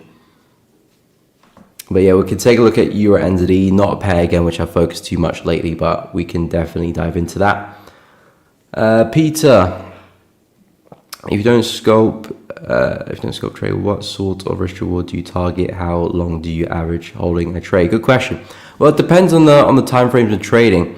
On the 4 hour chart, my typical risk rewards between 2-3R, but it can differ quite a lot sometimes. Some of the bigger trades I've done is like maybe 7-8R, which are not common. And sometimes I will go for like a 1 to a 1.5. If its probability is really good, and I can't particularly target too far because maybe there's a big level of resistance or support in my way. But on average, between 2 and 3R is where I do find most of the time I'm taking my profits. 50-minute chart. Well, again, I've only just started trading it recently, but again, my targets are roughly the same as well. But of course, holding time will be very, very different. 4 hour chart for the winners, roughly about a week. 50-minute chart, you're probably looking at about a day. So yeah, and that's for the winners. Losers will skew things up because I could get stopped out the next candle potentially. So taking into account losers will differ quite a lot. But if you're speaking about winners, you know, less than a day really for the 15 and about a week for the 4-hour chart. And then because I am going to start trading timeframes in between, then it's going to be a mixture of that. But yeah, I don't target anything crazy. Like 2 to 3 hours, a really nice average, because I'm also trying to get a win rate, you know, more or less around the 50% area. And, you know, if you can do anything above a 1 to 2, then you're looking really, really good just in terms of the maths behind that. So I'm not looking for any particularly crazy risk rewards. If the risk reward makes sense, I will go for it. I don't have like a risk reward target, for example. It's not like, okay, my average is between a 2 and 3R, so therefore I'm just going to target 2.5R on this trade. No, it depends on the scenario. You know, if I was short here and it made sense for me to target this low, which was like a 6R target, then yeah, I would have a 6R target for that trade and I'll manage it along the way. But if, for example, I was taking a short here and there's a level right there, it still looks good, but maybe the risk towards like a 1.4, I could still take the position, but I'm not going to, you know, shoot for the moon here. So in terms of targets, it's very much down to the position itself. But I would say though, in terms of finding consistency, what really helped me in the beginning was just setting a 3R target. And then I took half my position at 1.5R.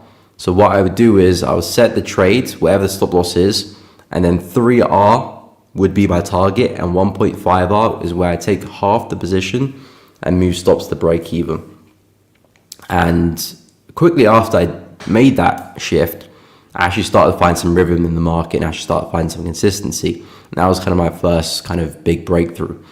Not overnight, it was over the course of like 6 months, but that was really one of the elements, not the most important element, because I still had to take, you know, good positions at the end of the day. But in terms of trade management, I really liked it because it just simplified everything. I knew exactly kind of the win rate I needed to actually be profitable. It was just very easy, mechanical to do. I didn't really have to think too much. And it just made the process of trading a lot easier. So I would recommend, if you're kind of looking for consistency in terms of your management, in terms of your exits, and in terms of your risk rewards, set like 2R or 3R. I think that's a good soft spot because you're still going to have a positive risk reward. So you're still letting your winners run essentially, but have that set kind of 3R, 2R, close half at 50% and book profits, book stops at break even. It's not going to maximize your wins. That's the reason why I shifted from that technique, because it doesn't maximize your wins. It doesn't maximize your upside, but it will keep your equity curve very stable. And if you do just have a slight edge in the market, eventually your equity curve is going to eventually pop off and start pushing to the upside. So in terms of the management, it just simplifies everything, keeps everything very easy to manage, and kind of gets you in a good place. And then you can tweak and refine after. Okay, so we'll go through oil and BTC, Euro entity as well. We'll take a look at DXY and Euro. Okay, Alfonso, you do small scalps 2 to 1. Oh, okay. Take all day. Hates if they take less than an hour, and it could have been 5 plus. Oh, okay, nice. Again, necessarily, I mean, scalps traditionally, like on the 1 minute, 5 minute chart, you're normally very in and out. But you can have the idea of a scalp which turns into a bit more of a swing, because my opinion of swing trading is not necessarily that it has to last for like a week or more. Swing trading just basically trying to catch a swing in the market, because there's different ideas. For example, this is a swing, but then I can drop to like a 1 minute chart, for example, and I'll still call, you know, this a swing as well. You know, swing is kind of like how the market moves. That's a swing, you know, that's a swing. So you can still kind of swing trade on the 1 minute chart, but the trade might start off as a scalp and you might hold for a bigger trade, as Alfonso mentioned. Sometimes you can look to try and attack some bigger risk rewards there. And it just depends on the opportunity. Sometimes it makes sense, sometimes it doesn't. Hey, what's up, Lighton? Welcome to the stream, my man. Hope you're doing good. Euro pound. Okay, let's see if I forget to do your pairs this time. I've got a few pairs to get through first. But yeah, I'll make sure I do remember. Okay, so yeah, oil's looking interesting. Really aggressive move yesterday. Was that? Yeah, that was yesterday. So the price was really flat, consolidating. We spiked to the upside, and then we're looking pretty bearish on what day was that? Yeah, man. I just looked at the day. On Monday, losing my mind. Essentially, we do have a range here, so there's not a lot we can do. I did say, if you're looking for opportunities, this is the area for it. Now that we've had this bearish move, I wouldn't be jumping in now. Now we're looking to see what price does at support. When price is ranging, I'm not interested in the middle at all. That's where all the noise is. That's where people are probably losing money, most likely. So I want to focus my efforts here and there. That's where things get a lot easier, and I'll probably find some nice opportunities. Or, of course, wait for the breakouts as well. But in the middle, that's the no-go zone. That's the no man's land. So right now, I wouldn't do too much with oil. Even if we have like a push up, which looks like a pullback, and maybe price tries to continue, I wouldn't even really bother with that, to be honest. I'd wait for us to now push back into support and see what type of price action we get here, because there could be some very nice buys. You can see evidence of us finding support, rejecting well. We could get there again, see similar price action, and this could be a very nice buy opportunity intraday, or even on a 4-hour chart potentially. So just looking for oil to continue to range. I do expect us to break lower, so I kind of do have a bearish bias with oil. I do think long term we can come back and attack the lows there at 55.6, but equally I would wait for us to actually get the breakout first to really confirm that, and then we could talk about pullbacks on the way down. So oil, I don't see much of an opportunity unless you're looking to buy at support or you're waiting for breakouts. And that's about it really for oil. Like I said, intraday, not the biggest fan. In terms of BTC, BTC is interesting. Very, very bullish. Very, very bullish. But it's awkward because we haven't done anything necessarily. Yes, we've had a really strong move up, but these are the highs and lows which my focus is at. And I was pretty bearish coming into the week, to be honest, with BTC, because we had that momentum come into play. Price start to disrespect some of these lows. We had a nice consolidation over here. I did say if price can just pull back into this level, reject well, I do think that's a nice place for a short for us to attack these lows again. What I didn't expect is to see such an aggressive up move. And now that's kind of skewed things. So I think if you're playing very intraday with BTC, there's a nice long opportunity. Very intraday, you're not looking to do anything crazy. So if I dropped like hourly, I do think this could be a smart place for a buy. And that's about it. I wouldn't try and take the trade any further than that, because I don't know what's happening with BTC right now, to be honest. I mean, my best guess would be this is just like a big correction. I would still say Bitcoin is very, very bullish, and what we're doing now is just having a big correction to eventually break out. So that's what my instinct is, but I can't really back that up with like a nice long opportunity or nice swing opportunity, because there really isn't one. We had this low form, price tried to create new highs, it was very slow, that didn't happen, we formed a lower high, and we pushed down with some strength as well, but we failed to take out this low. So we are at the point where we're starting to see higher lows form, but also lower highs. So essentially we're kind of squeezing a little bit. Maybe that's another lower high forming there too. So it's a little bit of indecision for BTC. And because there's indecision, I wouldn't look for a big move just because I'm undecided of what price is going to do. What I can do, though, is look for those small intraday positions and kind of maybe take advantage of momentum a little bit, which is kind of what we got here. This looks like a big V-shaped pattern to me. So because of that, I do think we can see a bit of a correction and possibly a buy just back to highs, and then we'll go from there. Maybe price smashes through, maybe we sell off coming back into some supply areas. I do not know. But yeah, short-term buys, I do think we can get away with that. Not there yet, so keep an eye out. That could take maybe, again, a day or two to develop. But definitely not a bad opportunity at all. So that's kind of where I'm at with BTC.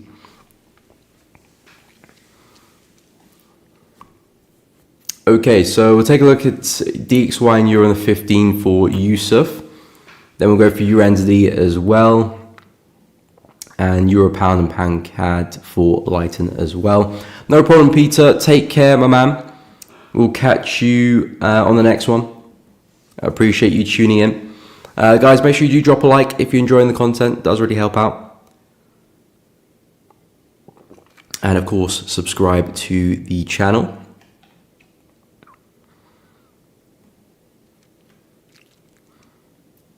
What's up, Nathando? I'm late for class. Better late than never, though. Better late than never. Welcome, welcome, welcome. Okay, let's take a look at DXY and Euro. So yeah, DXY, I'm still bullish. I'm still looking to attack the buys. That is still very much the plan. I did say on my weekly analysis, if you didn't catch it, but basically, as long as we can respect this area, I do have that bullish swing bias for the DXY, that we've had this up move, and now price is essentially having a pullback, getting ready to form a higher low to attack the highs again. That is still very much my main plan of action. So that's the idea. But what I am also saying is I don't think price is quite ready yet to be bought. Yes, we're in an area which I do think price will buy from, but in terms of the price action, which is the most important thing, I'm never the type of trader to buy because price is in a certain location. I'm always buying because we are in that location, plus I'm seeing evidence in the way price is behaving that does, insinuate that price is probably going to move up or down. So it's 50-50. We need the level, we need the location, and we need price to support that. And in this case, I'm not really seeing the price action to support that. Yes, we are starting to become a bit more corrective, which I do like. We were pretty aggressive on the way down, coming into the week, Friday, Monday. Now we're starting to slow down a little bit, become a bit more corrective.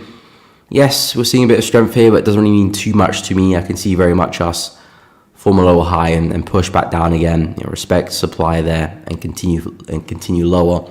So I'm being very patient with the DXY buys for now. I am bullish, I am looking to buy it, but just not quite ready yet. And I'm letting other people jump into buys now and let them take the brute force of the dollar for now. And then I'm looking to see if I can just catch that opportunity just before price does rip up, which might still be in another day or two. So I'm being very, very patient just because the price action isn't quite doing the behaviors I want it to, which is slow corrective. This is quite speedy, quite aggressive. So that tells me there might be a bit more to the pullback before we do eventually see some upside. So yeah, being very, very patient here. 4-hour chart not really providing much information apart from, yes, this is a nice zone for a buy. 50-minute chart is still looking pretty bearish. I would argue that if we could see a nice correction, this could actually be a very nice place for a short on the dollar. But I would argue this would be a very nice place for a short. Nice consolidation, aggressive push down, still seeing lower lows and still seeing lower highs. If you can pull back well, I think that would be a really nice place for a short back in around 97.950. So yeah, DXY shorts do make sense on the 15-minute chart. I do think there's a bit more juice to squeeze on the way down before we do find support to start pushing back up. And Euro pretty much the exact same thing as well. Yes, I do think eventually price will push back down. I have marked this zone as basically anywhere within this zone. I do think price can form a lower high and continue lower. And looking at the bigger picture, I'm basically looking to see if I can find the continuation of this. Another push down. I'm not looking for anything crazy. Maybe just a push back here and then we call it a day. But I do think there's another drop to be had for Euro, equally another push to be had for the dollar, for the DXY. So that is still the bias. But again, if I drop 15, do I want to be looking to sell this? No, I think it's way too early. Yes, you might catch some shorts at the highs here, some shorts on push down. But I don't think this move here is ready. Maybe a push like that back into lows, yeah, sure. But I don't think that bigger move is ready. So I'm waiting for the 15 to build that story up. And then maybe some shorts later on in the week look good. Maybe a nice double top like that, break structure. Maybe form a consolidation, then we start pushing down. That's something I'm looking for. A good high probability opportunity that does say that, okay, the 15 is bearish now and the 15 is likely to fall. Yes, the 15 has been falling for a while, but this is a This is somewhat of a bullish trend forming against it. We've seen sustained higher highs and higher lows now. I'm not looking to go against that until I've got evidence to do so. So yeah, that's really where I'm at with DXY, with Euro on the 15 and the 4-hour chart. Nice area for a short, not ready yet. And that's what I was mentioning yesterday as well.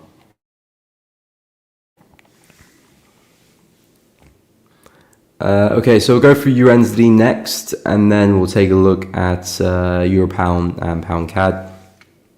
If I've missed a pair, let me know. But we'll take a look at Euro USD. You said you got a buy on this one. So you're selling Euro Aussie but buying Euro USD. Very interesting situation. I have to admit, Euro USD has been very, very bullish. But you've got a buy from 96651. Okay, you're doing very well with that buy then. Okay, what's the targets with this opportunity? Because you caught the swing low, prices smashed into the high and taken that out, and we've still continued, but we're kind of trading in oblivion right now. We've taken out some highs dating back to COVID in March 2020. Last time we've been at these prices is dating back to Jan 2010. So yeah, price hasn't been in these areas for quite a while. So what's the, I imagine probably just trading stops maybe. But yeah, very impressive move. But to be honest, if you're selling Euro Aussie and you're buying Euro USD, especially in this situation where both are in profit, one's going to revert back to your price, your entry price. One's going to keep going. So if you can kind of manage that in a way where you give enough room for the one that is going to keep going to allow it to go, and the one that does come back against you, you could be sitting in a really nice winner. I mean, you already are with this position, but in terms of like the start of a trend, pretty much. Because either Euro USD is going to come back down like this, and then Euro Aussie is going to keep falling. So what I would suggest is that maybe you've caught the reversal of Euro Aussie. So maybe this then does start to actually continue lower like that. Or maybe Euro Aussie is going to start to flip bullish again and start to follow Euro USD. And what you've managed to catch for Euro USD is already an insane move, but it could get more insane. Might see another pullback and then price continues some more. So one of them has the probability to really continue. Which one, of course, we don't know, but if you can try and manage it and give one of them, I mean both of them room, could be some very, very big moves there. Okay, we'll go through, okay, you said you're just trading stops for now, yeah. So yeah, continue to trail stops. Like I said, we haven't been in these prices for quite some time, so you're probably going to see a correction pretty soon. We're already looking tired. But yeah, it's a very big move anyway. So even if you do get trailed out, it's been a fantastic move.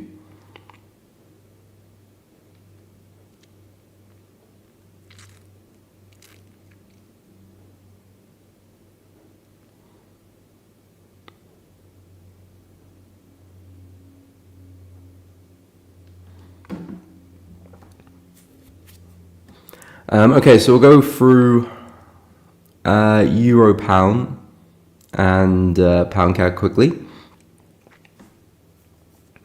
Alright, take care, Yusuf. No problem, man. Happy to help.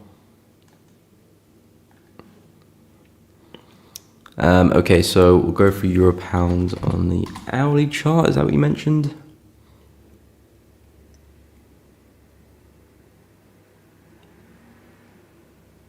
Yeah, on the hourly time frame and Pound CAD. Okay, so hourly chart, Euro Pound. Okay, so still back at resistance. Haven't taken up the high yet. So this price is just dancing below that. Yeah, I don't see much here, Lighton. I don't see much. To me, on the hourly, it looks like we're consolidating here as well. Maybe you find a nice little buy opportunity if you spike through support and take a buy at the low of the range, because essentially you're just taking advantage of the current conditions. Price is bouncing pretty well at this area. Another rejection could provide you a nice buy and you take advantage of that range. Equally, a nice breakout could look good as well, and then some pullbacks afterwards, and then some shorts there too. Either which way, I wouldn't want to trade in the middle of that range. That's where a lot of the noise is and price is just fluctuating. Spike through the low, reject well, that could be a nice reversal point. And like I said, if you break through, that could be a nice opportunity to find momentum and short that on a pullback maybe. But yeah, very tough conditions right now for Euro Pound, especially just hovering below that high. I can see price maybe running to the upside and then pushing back down again. So I'm not the biggest fan of Euro Pound at all. Don't have really much to say about opportunities apart from those two.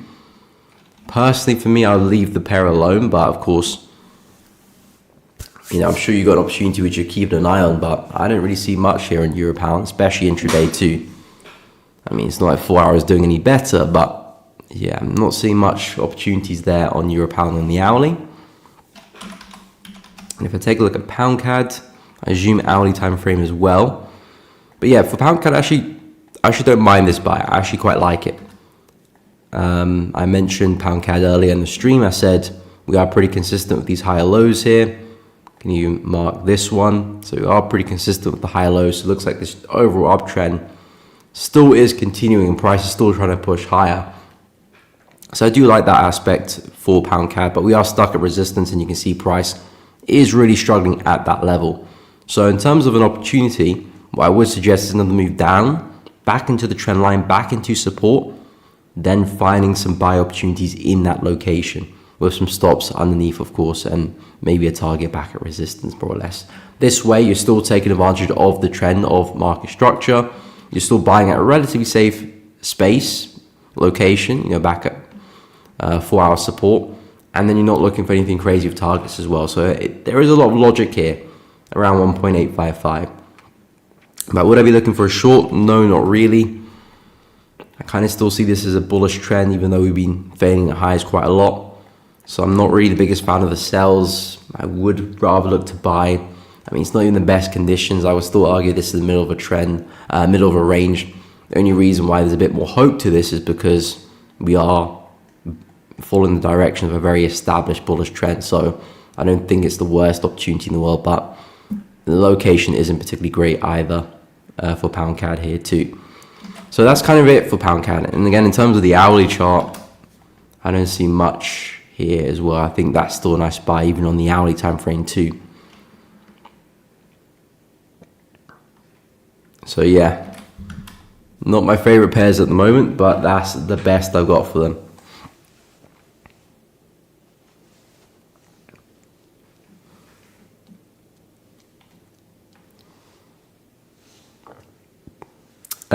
Yes, we shall take a look at Aussie CAD. Northando, no problem. Hey, what's up, CS? Welcome to the stream. Hope you're doing good. Still bullish with DXY holding 97.8. Yep, I'm still having a bullish bias as well.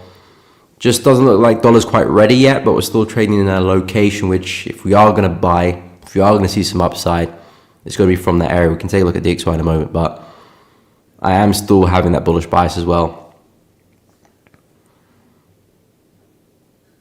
Yeah, true. A lot of movement. And yeah, very true as well. Last day of the month, 30th of September. So yeah, could definitely see some noise come New York session based on that. Very good point there too. So yeah, definitely something to be cautious of. Again, I wouldn't say it's, in terms of the month's end, like a reason to not trade, but don't be surprised if market's a bit more volatile. And of course with news events, of course that's obviously going to be a theme as well, but you do have that kind of external component to think about with the last day of the month and then the last quarter opening as well. This is the last day of Q3. Might have some people making some moves going into Q4, reposition themselves, some new ideas, some new sentiments coming out. That could be very much the place as well going to the final quarter of the year. I thought you could force something. No, I'm not that good, Lighton. I'm not that good. I can't do magic, my man. I can analyze a chart for you, but I can't do magic.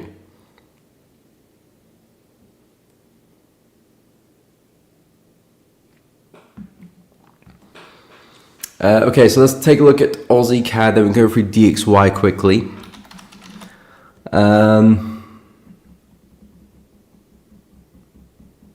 Yusuf, please don't mind go through. UJ, okay, I will go through it later because currently in class.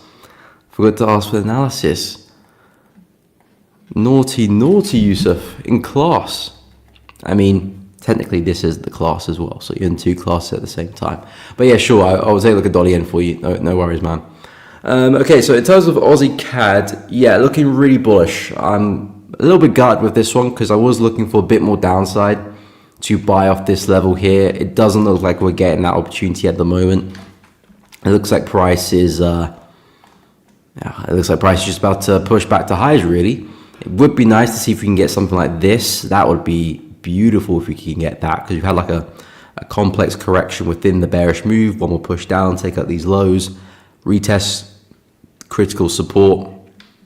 I think that would be a very nice trade, especially with Aussie CAD being a very choppy pair too. So I quite like the idea they're still just on the breaking retest of this level, but it just doesn't look quite likely at this moment in time. So I'm not seeing much of an opportunity really.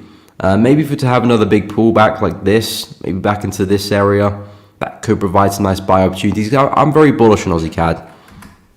We've seen price explode to the upside like so. We've had a big correction. I do think price has naturally still got higher prices to achieve, and I was naturally trying to find the next higher low. But yeah, since we've had this breakout, I'm looking for buys in this area, looking for a higher low, and now I'm looking to target the highs there. So that's very much the plan I have with Aussie CAD. That's the target. So we do need to see a bit of a correction. I don't like the fact that price is just taking out these highs. I want to see price push against that direction, see a bigger healthy correction, and then we can take some buys off the back of that. So, didn't mean to do that. So yeah, I am very bullish on Aussie CAD. Just don't quite have the opportunity to back it up right now or find an entry, but that is very much the direction I'm looking to trade in. In terms of the dollar, yeah, DXY I'm pretty bullish on it as well, but I don't think it's quite ready to see some upside just yet. That's my main conundrum right now. I'm looking for opportunities to buy it, but it's not quite there yet. It's in a great area, so it is there in terms of the location. Just in terms of price is what I'm talking about. What I want to see in terms of entries and how price is moving. I don't think price is shaping up to give me a good buy setup just yet, and I could see price maybe giving us a bit more downside maybe before we actually do see the move. So I'm being a bit careful for that too. But we are testing a key area, and I'm keeping a close eye. Yes, we're seeing price slow down.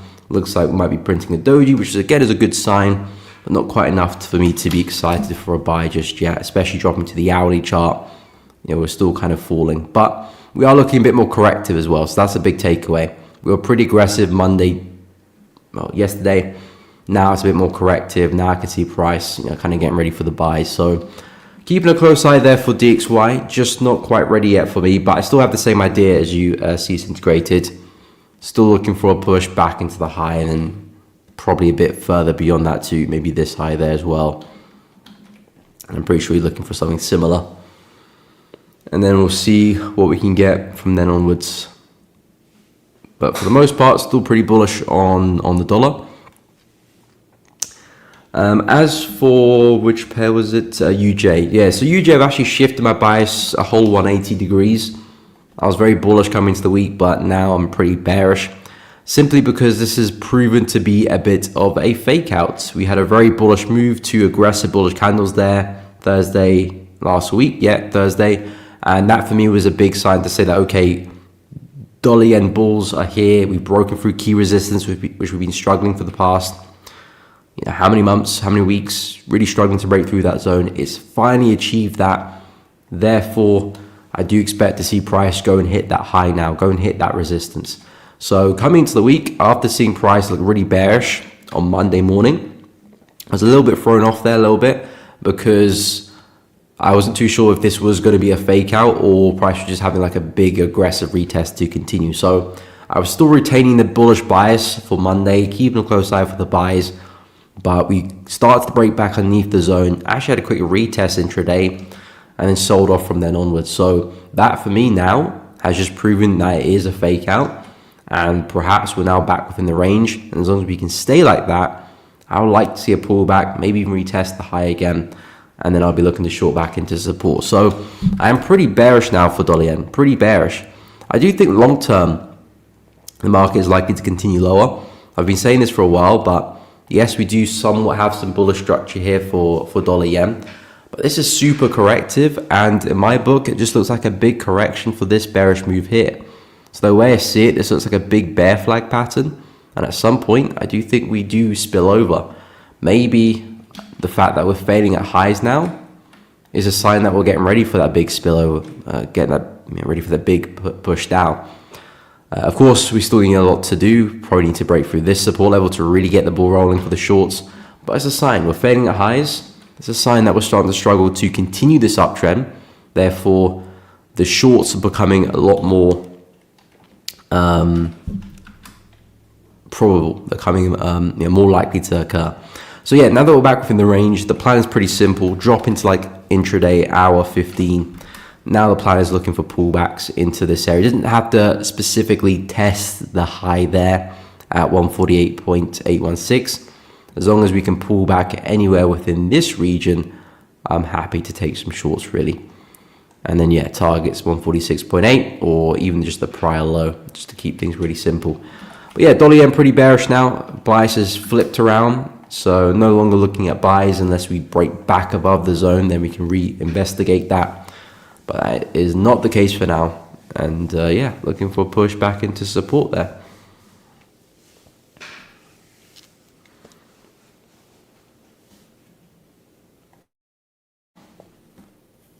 Andre, what's up, my man? Pound USD is preparing for a long sell. What do you mean by that? A long sell? Do you mean like a big sell, or like because I don't know if you mean long as in the period of time or long as in like the trade, like long pound as in buy pound. I'm a bit confused. I think you mean like long sells, like a big sell.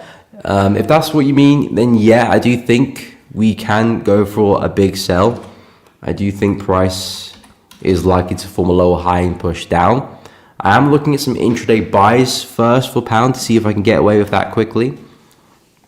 I have marked this zone here. That's my main idea for like the next 1 or 2 days. If we can get a push there, that is for some buys in that area. Then I'm looking for that push higher up.